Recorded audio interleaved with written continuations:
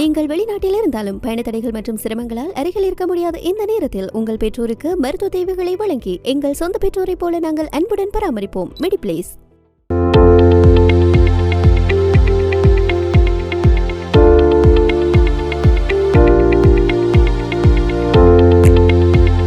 ஸ்ரீ காளி மாதா ஜோதிடம். பிரபல ஜோதிடர் பண்டித் மகாராஜா. தொழில், காதல், திருமணம், குழந்தை பாக்கியம் மற்றும் மந்திர சூனிய பிரச்சனைகளுக்கு நிரந்தர தீர்வு. வணக்கம். செய்தி வீச்சு உங்களை வரவேற்றுக் கொள்கிறது.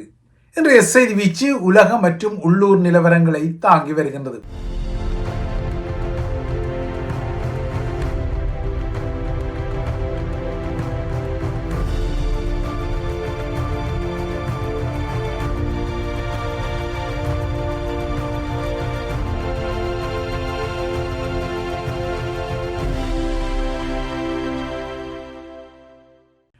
அரசியல் மற்றும் அறிவியலில் புதிய வரலாறு ஒன்றுக்கு கட்டியம் கூறும் வகையில் 2 வரலாற்று தரை மற்றும் கடல் இறக்கங்கள் குறித்த செய்திகள் உலக ஊடக பரப்புகளில் இன்று சுழன்று கொண்டன.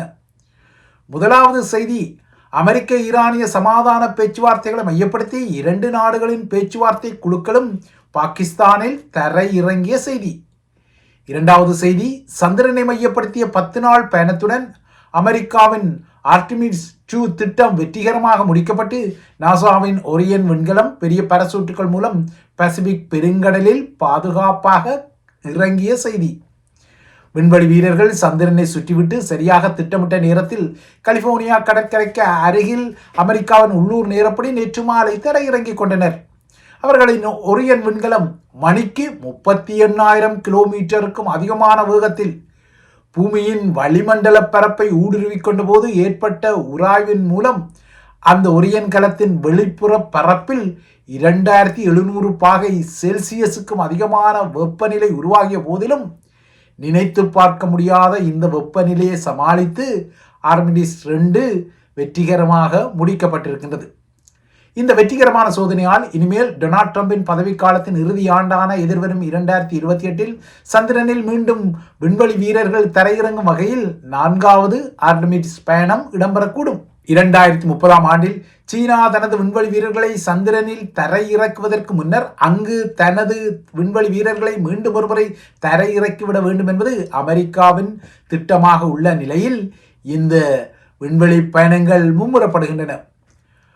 ஆர்டிமிஸ் 2 வீரர்கள் வெற்றிகரமாக தரையிறங்கிய செய்திக்கு பாராட்டி தெரிவித்த அமெரிக்க அரசு தலைவர் டொனால்ட் ட்ரம்ப் இந்த பயணம் அற்புதம், தரையிறக்கம் கச்சிதம் என தனது பெருமைப்பாட்டை வெளிப்படுத்தி அடுத்த தரையிறக்கம் செவ்வாய் கிரகம் எனவும் குறிப்பிட்டிருக்கின்றார். ஆனால் இவ்வாறாக சந்திரன், செவ்வாய் என மனிதர்களை வேற்று கிரகங்களில் வெற்றிகரமாக தரையிறக்க தலைப்படும் அதே அமெரிக்காவுக்கு இன்று ஈரானுடனான தனது வரலாற்று கொதிநிலையை சமாதானமாக தரையிறக்கிக் கொள்ளும் வகையில் ஈரானுடன் அதன் நேரடி பேச்சுக்கள் இஸ்லாமாபாத்தில் இடம்பெறும் என்றாலும் இந்த பேச்சுக்களில் அமெரிக்காவுக்கு வெற்றி கிட்டுமா என்பது தெரியவில்லை. 2 தரப்புக்கும் இடையிலான 2 வார கால போர் நிறுத்தத்தின் 4ஆம் நாளான இன்று 2 தரப்புமே நேரடியாக முதற் சுற்று பேச்சுக்களுக்கு களமிறங்கியுள்ளன. இந்த பேச்சுவார்த்தையின் பாதுகாப்புக்காக நேற்றும் இன்றும் ஏறக்குறைய ஒரு ஊரடங்கு உத்தரவின் கீழ் இருப்பது போல இஸ்லாமாபாத் வாசிகள் தமது சுதந்திரத்தையும் முடக்கத்தான் தலைப்பட்டார்கள். இன்று இஸ்லாமாபாத்தில் படையினர் பல வீதிகளை மூடிக்கொண்டனர். மக்களை வீட்டுக்குள்ளே இருக்குமாறு வலியுறுத்தி கொண்டதால் வழக்கமாக பரபரப்பாக காணப்படும் பாகிஸ்தான் தலைநகர வீதிகளெல்லாம் இன்று வெறிச்சோடி காணப்பட்ட பின்னணியில்தான் ஈரான் அமெரிக்க நேரடி பேச்சுவார்த்தைகள் அந்த நகரில் நடைபெறுகின்றன. ஈரானிய நாடாளுமன்ற சபாநாயகர் முகமது பாக்கர் கலிபாத் தலைமையில் சென்ற ஒரு மெகா குழு தங்களுக்கு நல்லெண்ணம் உள்ளது, ஆனால் தாங்கள் அமெரிக்காவை நம்பவில்லை என்ற நிலைப்பாட்டை பகிரங்கமாகவே சொல்லியபடி இந்த முதற் சுற்று பேச்சுவார்த்தைக்கு அமர்கின்றது. அமெரிக்காவுடன் தாங்கள் பேச்சுவார்த்தையை நடத்திய அனுபவங்கள் எப்போதும் தோல்வியிலும் வாக்குறுதிகளை மீறுவதிலுமே முடிவடைந்துள்ளதாகவும் ஈரானிய சபாநாயகர் குறிப்பிடுகிறார். ஈரானிய குழுவில் பேச்சுவார்த்தையாளர்கள், தொழில்நுட்ப நிபுணர்கள், ஊடக பிரதிநிதிகள், பாதுகாப்பு அதிகாரிகள் என 71 பேர் அடங்கி இருக்கும் ஒரு மெகா குழு இருப்பது உற்று நோக்கப்படுகின்றது. இந்த பேச்சுவார்த்தைகளில் ஈரான் எதிர்நோக்கக்கூடிய சிக்கல்கள் காரணமாக அதன் குழுவில் பேச்சுவார்த்தையாளர்கள் மட்டுமல்லாமல் ஆலோசனைகளை வழங்குவதற்கான தொழில்நுட்ப நிபுணர் குழுக்களும் அதிகமாக இருப்பது தெரிகின்றது. ட்ரம்ப் நிர்வாகம் இந்த பேச்சுக்களுக்காக முன்வைத்த முன்மொழிவுகளில் ஈரான் அணு ஆயுதங்களை உருவாக்கக்கூடாது என்ற உறுதிமொழியை வழங்க வேண்டும், அது ஏற்கனவே செய்த செறிவூட்டப்பட்ட யுரேனியத்தை ஒப்படைக்க வேண்டும், தெஹ்ரானின் பாதுகாப்பு வலுவுக்கு வரம்புகள் விதிக்கப்பட வேண்டும், ஹோர்முஸ் மீண்டும் திறக்கப்பட வேண்டும் என்பது போன்ற முக்கிய விடயங்கள் அடங்கியிருப்பது ஈரானுக்கு சவாலான ஒரு நிலைமையை உருவாக்கும் பின்னணியில்தான் இந்த மெகா தொழில்நுட்ப குழுவும் பேச்சுவார்த்தையில் ஈடுபடும் அரசியல்வாதிகளுக்கு பின்புலமாக களமிறங்கியதாக தெரிகின்றது.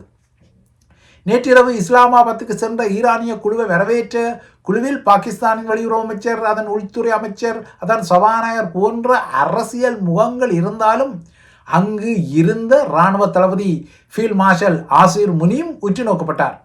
உண்மையில் அமெரிக்காவுக்கும் ஈரானுக்கும் இடையிலான இந்த புதிய சமாதான தரத்துக்கு பாகிஸ்தானிய அரசியல்வாதிகள் பெரிதும் காரணமே அல்ல. உண்மையை சொல்லப்போனால் டொனால்ட் ட்ரம்புடன் நெருங்கிய உறவு கொண்ட பாகிஸ்தானிய தளபதி ஃபீல்ட் மார்ஷல் அசீம் முனீர் தான் காரணம் என்பது வெளியே அதிகம் தெரியாத ஒரு முக்கியமான சூட்சுமமாக இருக்கின்றது.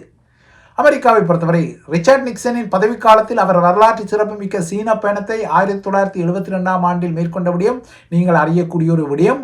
அப்போது அமெரிக்க அரசு தலைவரின் அந்த பயணத்துக்கும் பாகிஸ்தானில் அப்போது அரசு தலைவராக இருந்த ஜெனரல் ஜஹாகான் பங்காற்றியமை முதல் பாகிஸ்தான் இராணுவ தளபதிகள் இவ்வாறாக அமெரிக்காவுடன் நெருங்கிய தொடர்புகளை பேணி வரும் நிலையில்தான் ட்ரம்புடன் நெருங்கிய உறவு கொண்ட தற்போதைய பாகிஸ்தானிய இராணுவ தளபதி இப்போது இந்த பேச்சுக்களுக்கு முக்கிய பங்கை வழங்கியிருக்கிறார்.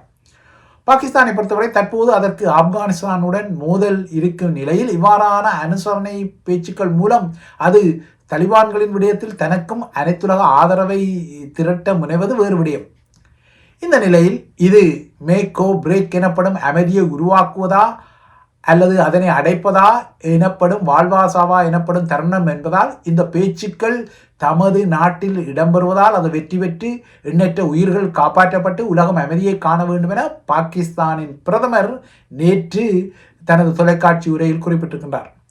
அமெரிக்க பேச்சுவார்த்தை குழுவை பொறுத்தவரை அதன் துணை அரசு தலைவர் ஜேடி வான்ஸ், சிறப்பு தூதர் ஸ்டீவ் விட்காஃப் மற்றும் ட்ரம்பின் மருமகன் ஜெரட் குஷ்னர் ஆகியோர் உள்ளனர். இதற்கு பின்புலமாக அமெரிக்காவின் இராஜாங்க அதிகாரிகளும் உள்ளனர். அமெரிக்காவை பொறுத்தவரை 1979ஆம் ஆண்டுக்கு பின்னர் ஈரானுடன் பேச்சுவார்த்தை நடத்தும் மிக உயர்ந்த பதவியில் உள்ள அமெரிக்க முகமாக வான்ஸ் பதிவாகிக் கொள்கிறார். ஈரானில் இஸ்லாமிய புரட்சி ஏற்பட்ட பின்னர் வாஷிங்டனுக்கும் தெஹ்ரானுக்கும் இடையில் சில தசாப்த காலமாகவே கடுமையான முறுகலும் கொந்தளிப்பும் இருப்பது நீங்கள் அறிந்த நிலை. இவ்வாறான ஒரு வரலாற்று கொந்தளிப்பு உள்ள நிலையில் இறுதியாக 2015ஆம் ஆண்டில் அமெரிக்காவும் ஈரானும் ஏனைய உலக நாடுகளுடன் இணைந்து அணுசக்தி ஒப்பந்தத்தை எட்டிய காலத்தில் அப்போதைய இராஜாங்க செயலாளர் ஜான் கெரி அப்போதைய ஈரானிய வெளியுறவு அமைச்சர் ஜாவத் ஷரீஃபுடன் பேசிய சந்தர்ப்பமே இறுதியாக இரண்டு தரப்புகளும் நேரடியாக பேசிய சந்தர்ப்பமாக இருந்தது. அதற்கு முன்னர் 2013 அப்போதைய அமெரிக்க அரசு தலைவர் பராக் ஒபாமா அப்போது ஈரானுக்கு அரசு தலைவராக இருந்த ஹசன் ருஹானியுடன் ஒரு முறை தொலைபேசியில் பேசிக்கொண்டார். இதுதான் 79ஆம் ஆண்டுக்கு பின்னர், அதாவது இஸ்லாமிய புரட்சிக்கு பின்னர் ஈரானிலிருந்து ஒரு தலைவர் அமெரிக்க தலைவருடன் நேரடியாக முதலில் தொடர்பு கொண்ட சந்தர்ப்பமாக அமைந்தது. இது எவ்வாறோ 1979க்கு பின்னர் ஒருபோதும் ஈரானுடன் அமெரிக்க உப அரசு தலைவர் போன்ற முக்கிய முகங்கள் பேச்சுவார்த்தை நடத்தாத நிலையில் இப்போது இன்று அது வான்ஸ் என்ற அமெரிக்க உப அரசு தலைவர் முகம் மூலம் பதிவாகிக் கொள்கிறது.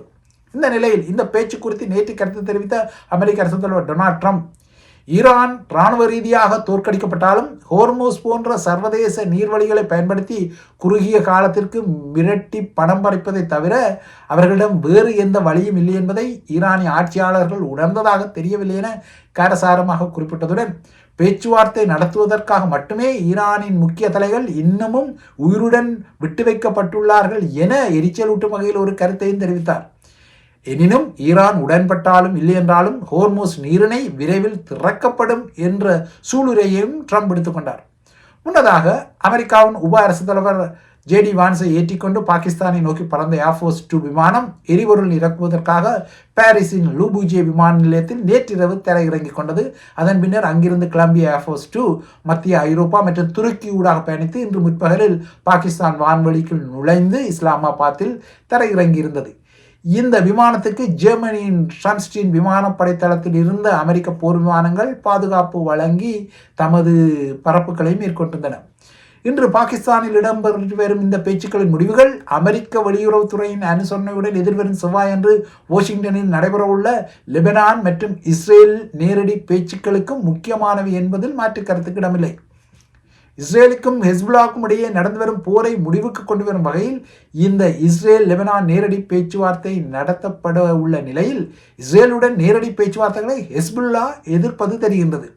நேற்று இஸ்ரேல் நடத்திய லெபனான் மீதான தாக்குதலில் லெபனான் இராணுவத்தில் 13 படையினர் பலியாகியதை அடுத்து இஸ்ரேலுடன் நேரடி பேச்சுவார்த்தை நடத்துவதை தவிர்க்குமாறு லெபனான் அரசாங்கத்தை ஹிஸ்புல்லா வலியுறுத்துகின்றது.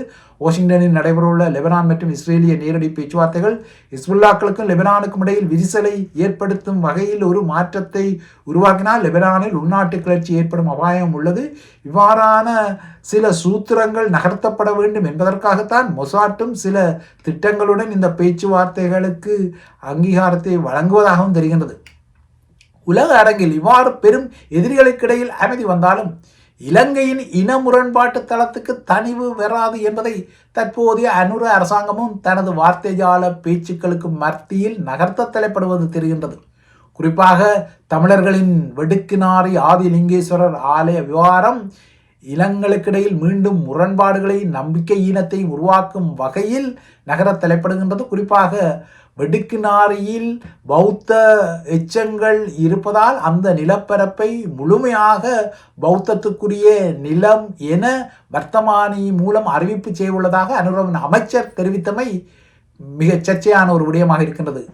குறிப்பாக இந்த அரசாங்கத்தாலும், அதாவது சிஸ்டம் சேஞ்ச் என வார்த்தை ஜாலங்கள் மூலம் ஆட்சியை பிடித்த இந்த அரசாங்கத்தாலும் தமிழ் மக்களின் விடயத்தில் எந்த ஒரு சிஸ்டத்தையும் பேரினவாத சிஸ்டத்தையும் மாற்ற முடியாது, உருவாக்க முடியாது என்பதை நிரூபிக்கும் வகையில் இந்த வெடுக்கினாரி லிங்கேஸ்வரர் ஆலய நிலம் பௌத்தத்துக்கு சொந்தமானது என்ற வர்த்தமானிய அறிவிப்பு கட்டியம் கூறுகிறது.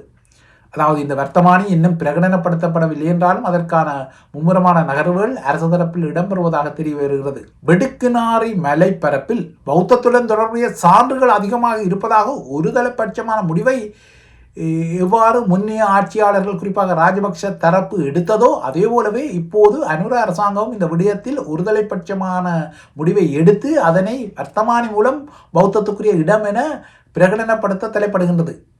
இது தமிழர்களுக்கு மிகவும் மிகவும் அச்சுறுத்தலான ஒரு விடயம். இந்த விடயத்தில் அரசு தலைவர் அனுகுமார திசாநாயக்கா அதிக கவனம் எடுப்பாரா, இல்லையென்றால் அவரும் இவ்வாறான பௌத்த ஆக்கிரமிப்புக்கு மறைமுகமான அங்கீகாரத்தை வழங்கும் வகையில் வர்த்தமானியை பிரகடனத்தை அனுமதிப்பாரா என்பது முக்கியமான ஒரு விடயம். இந்த நிலையில் முன்னே ஆட்சி காலத்தில் இவ்வாறு வர்த்தமானிகள் எல்லாம் வெளியிடப்படாத நிலையில் இப்போது அவ்வாறான வர்த்தமானிகள் வர தலைப்படுகின்றன என ராஜபக்ஷ ஆட்சியில் பங்கெடுத்த டக்ளஸ் தேவானந்தா போன்றவர்களும் கழிவிறக்கமாக தமிழர்களுக்கு புதிய செய்திகளை கூற தலைப்படும் நிலையில் அனுரகுமார் திசாநாயக்கா இந்த விடயத்தில் என்ன செய்ய போகின்றார் என்பதுதான் ஒரு முக்கியமான விடயமாக இருக்கிறது. அவரும் தொழில்நுட்ப ரீதியில் தமிழர்களுடனான நல்லிணக்கத்துக்கு மேக் ஓ பிரேக் என்ற நிலையை எதிர்கொள்ளப் போகின்றாரா, அதாவது தமிழர்களுடனான நல்லிணக்கத்துக்கு ஒரு சமாதானத்தை உருவாக்கப் போகின்றாரா, இல்லையென்றால் அதனை இவ்வாறான வர்த்தமானி பிரகடனங்களை அனுமதித்து உடைத்து கொள்ளப் போகின்றாரா என்பது முக்கியமான ஒரு வினாவாகவே உள்ளது. இவைதான் ஐபிசி தமிழின் செய்தி வீச்சு. தொடர்ந்தும் ஐபிசி தமிழுடன் இணைந்திருங்கள்.